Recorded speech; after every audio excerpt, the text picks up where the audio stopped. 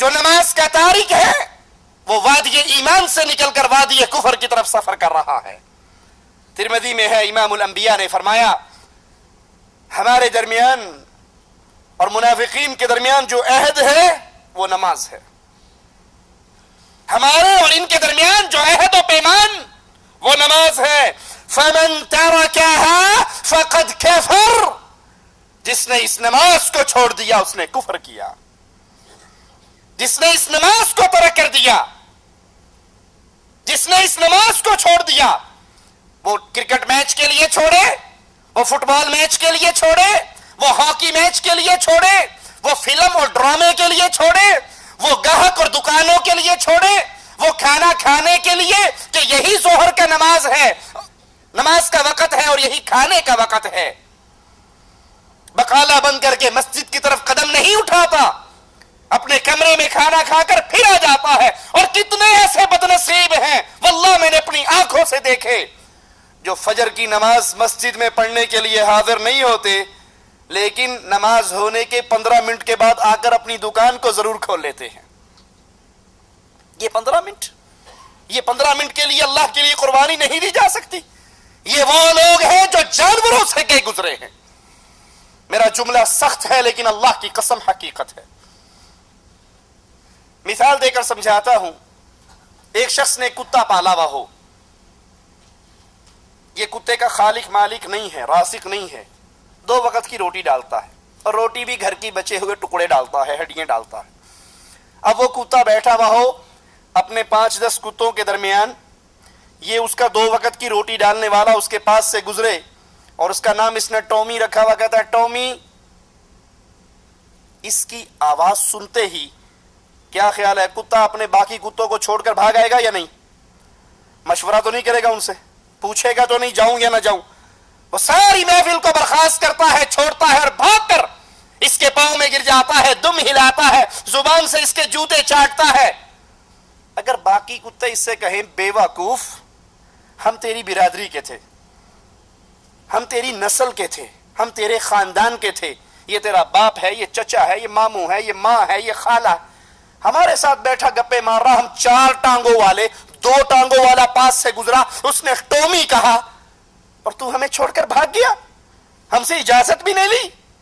بیوی بچوں میں بیٹھ کر نماز سن کر، آذان سن کر، تکبیر سن کر نہ اٹھنے والوں، یہ جانور زبان حال سے ان رشتہ داروں کو کیا کہے گا؟ کہے گا مانتا ہوں تو میری ماں ہے، تو باپ ہے، تو چچا ہے، تو ماموں ہے، تو خالہ ہے، تو دوست ہے، مانتا ہوں تم میری برادری والے ہو، جس نے بلایا وہ میرا مالک تھا۔ کہے گا یا نہیں کہے گا؟ میں کیوں تمہیں چھوڑ کر بھاگا؟ جس نے بلایا وہ میرا مالک تھا۔ اے لوگوں، کیا مجھے اور آپ کو اللہ نے پیدا نہیں کیا؟ کیا ہمیں رزق اللہ نہیں دیتا؟ کیا یہ پیاری آنکھیں ہمیں اللہ نے نہیں عطا کی؟ کیا یہ پیارا چہرہ ہمیں اللہ نے نہیں دیا؟ کیا یہ سلامت جسم مجھے اور آپ کو اللہ نے نہیں دیا؟ کیا اس سورج کو اللہ نے میرے اور آپ کی خدمت کے لیے پیدا نہیں کیا؟ 1 گھنٹہ بلب جلاتے ہو، بیوی سے کہتے ہو یہ فضول بلب جل رہا ہے، تمہیں پتہ نہیں بجلی کا بل آئے گا، کبھی سورج کا بل بھی آیا؟ یہ اللہ کا نازل کردہ میٹھا پانی پیتے ہو، کبھی اس پانی کا بل بھی آیا؟